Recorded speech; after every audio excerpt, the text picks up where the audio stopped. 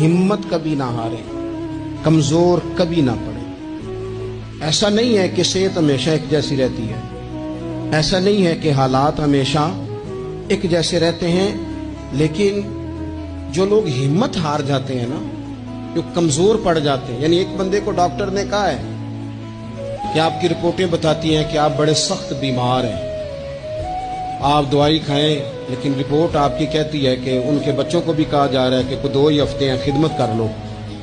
تو جس کے 2 ہفتے ڈاکٹر نے بتائے تھے، اس نے ٹینشن ایسی لے لی کہ وہ 5 دن بھی نہیں نکالے اس نے۔ اور ایک بندہ ایسا تر و تازہ ہے کہ ڈاکٹر نے کہا جی آپ کی رپورٹیں بڑی گڑبڑ ہیں، اللہ جانے کیا بنے گا۔ تو کہنے لگا کہ تو اپنے علم کے مطابق بات کر رہا ہے نا، تو رپورٹیں دیکھ کے بات کر رہا ہے، ہونا تو وہ ہے جو میرا رب چاہے گا۔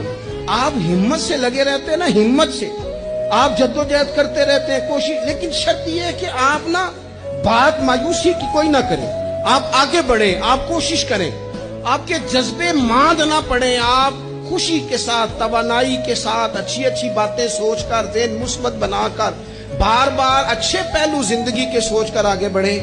حضرت سیدنا عمر فاروق رضی اللہ تعالیٰ عنہ کا ایک قول یاد رکھیں۔ حضرت عمر فرمایا کرتے تھے اگر تم بلند مقام حاصل کرنا چاہتے ہو نا، تو پھر کم ہمت کبھی نہ ہونا۔